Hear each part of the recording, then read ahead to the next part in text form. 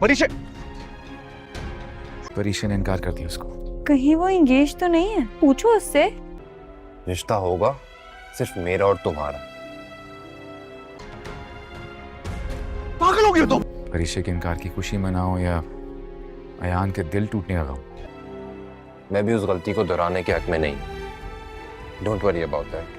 बारी का दोस्त अयान अब जब प्रिशे से शादी करने की बात करेगा तो प्रिशे इसे साफ साफ इनकार कर देगी। मिनाल को अब बारी ये बात बता रहा है कि कहीं प्रिशे ने इससे भी शादी से इनकार कर दिया तो वह क्या करेगा, जिस पर मिनाल बोलेगी कि प्रिशे कहीं इंगेज तो नहीं है। वहाँ पर मिनाल भी राहिल से साफ साफ बोल चुकी है कि कल को वो इस बात की जिद ना करे कि इन्हें अनाया और बारी की भी शादी करवानी है। इसको अगर मिनाल से शादी करनी है तो फिर इन लोगों को ये जिद नहीं रखनी होगी, जिस पर राहिल बोलेगा कि वह ये जिद कभी भी नहीं रखेगा। बारी अब बहुत जल्द प्रिशे से अपनी मोहब्बत का इजहार भी करने वाला है।